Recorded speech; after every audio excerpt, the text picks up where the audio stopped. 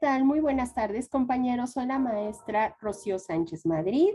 Como ustedes observarán, el día de hoy vamos a hablar sobre el concepto de globalización, un concepto que ha generado mucha polémica desde su nacimiento en la década de los 70, que si bien es cierto, se ha confundido como parte del modelo neoliberal, pero a través de la siguiente presentación, en la cual tendré el gusto de compartirles todo este concepto de globalización, ustedes claramente vislumbrarán la enorme diferencia entre este concepto como el modelo neoliberal. Por otro lado, la globalización ha sido una parte fundamental para este modelo neoliberal, el cual va a seguir frente a todo este gran intercambio de comercio internacional. Sin más preámbulos, comienzo compartiendo la pantalla con la presentación. Si bien es cierto, vamos a ver literalmente qué es la globalización y este proceso de la globalización en la economía. El proceso de la globalización en la economía desde la perspectiva y definición del Fondo Monetario Internacional se considera como una mayor interdependencia económica entre los países, debido a que incrementa el volumen real de transacciones, aumenta el intercambio de servicios, hay un enorme flujo de capitales crecientes y, por supuesto, una difusión de conocimientos y tecnología.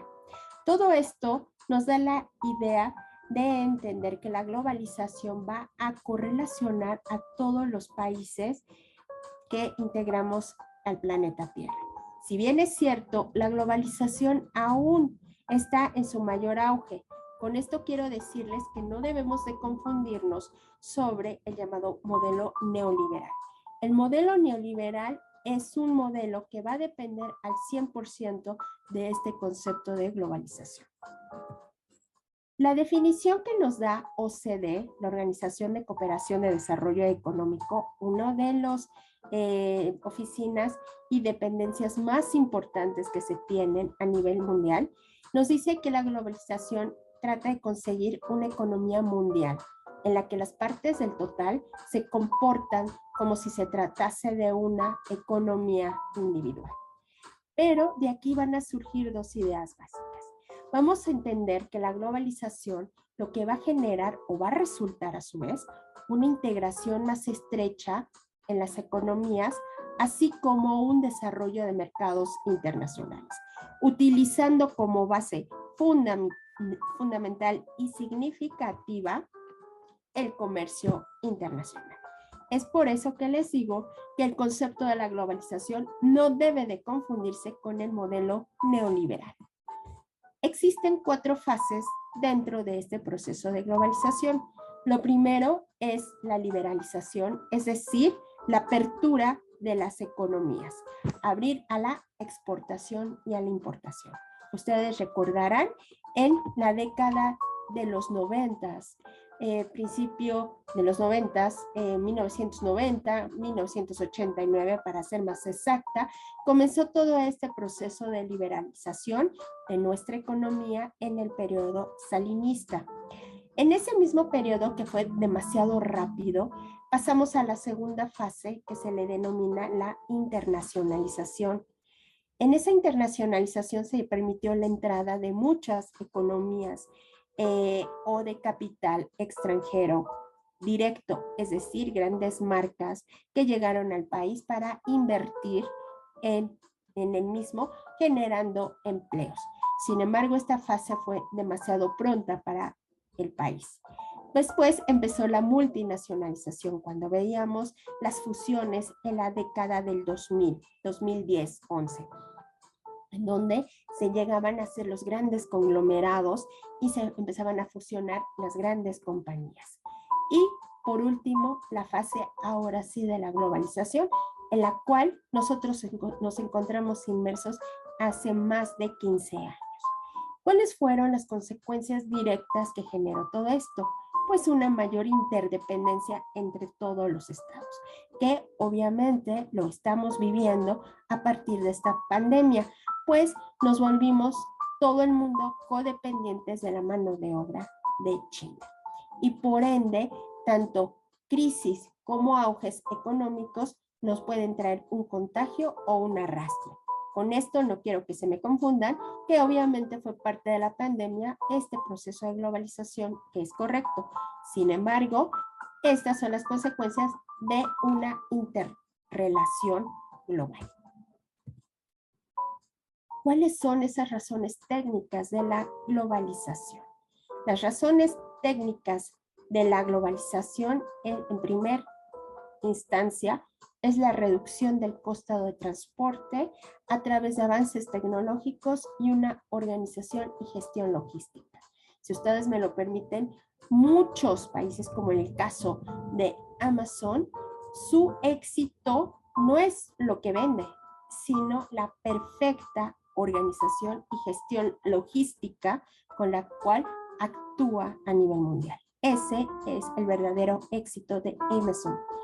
La reducción de costos en comunicaciones. Nosotros somos testigos ahorita con esta comunicación a través de videollamadas, a través del manejo constante de la inteligencia artificial, nos va a permitir reducir costos de traslado y, en pocas palabras, lo que estamos generando y a su vez estamos viviendo el llamado empequeñecimiento del planeta.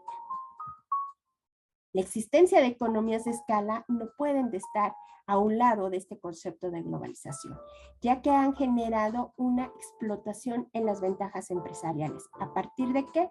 De manejos tecnológicos, nuevas ideas de marketing, conceptos financieros, el envío y el traslado, simplemente las transferencias bancarias y las patentes.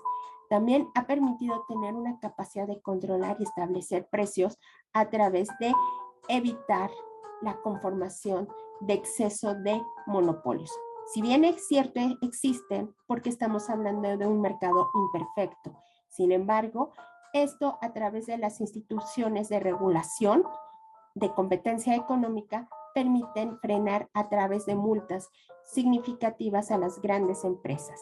Y por otro lado, también permite el control de posibles competidores a través de barreras de entrada. Cuando un país decide proteger su capital intelectual o sus patentes, empieza a generar ciertas barreras de entrada. Sin embargo, hay que considerar qué tipo de bloques económicos y sobre todo revisar la ley de comercio exterior para los tratados y acuerdos internacionales para evitar problemas de aranceles o inclusive de competencia desleal. Como cuarto punto de este concepto de globalización, tenemos las economías de aglomeración. Las nuevas tecnologías se van desarrollando, creando grandes clústeres. ¿Qué son los clústeres? Los clústeres son grandes empresas que tienen diferentes subsidiarias a nivel mundial.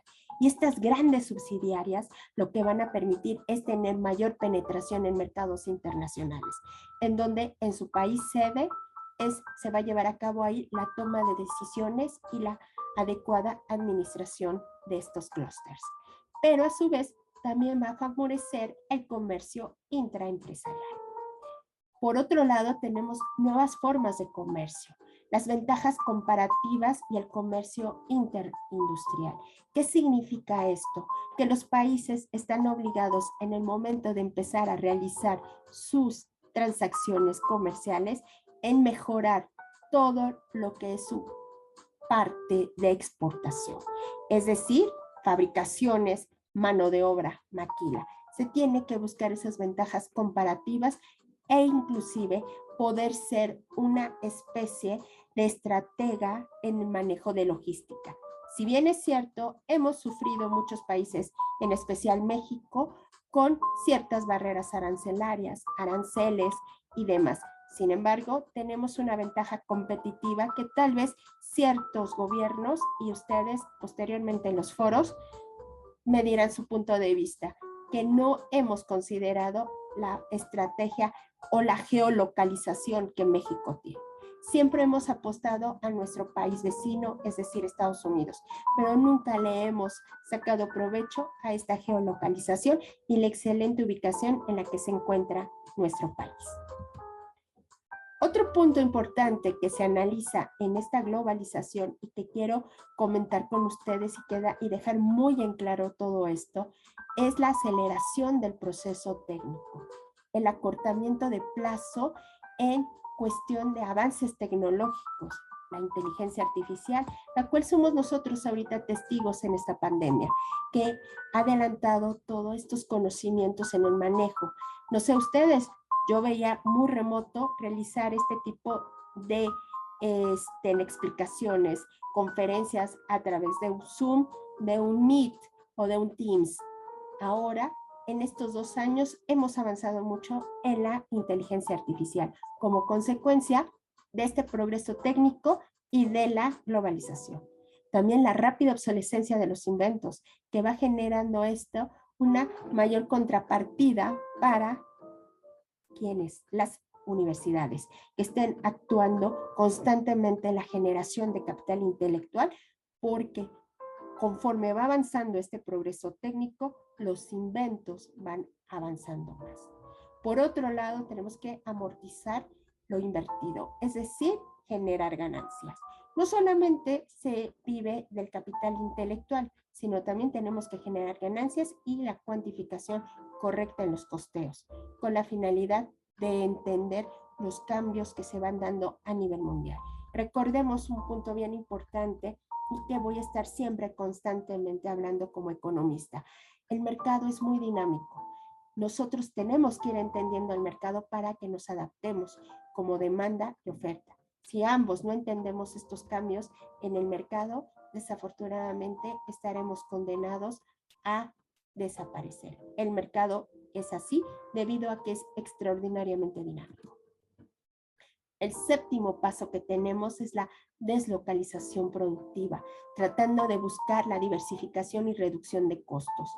Uno bien importante que va de la mano con las llamadas economías de escala. A lo mejor ustedes han escuchado hablar sobre estas economías de escala. Sin embargo, la economía de escala se fundamenta principalmente en la reducción de costos. Cuando empezamos a reducir costos, esto va a generar una continuidad en el mantenimiento de los precios y mayor acaparamiento del mercado.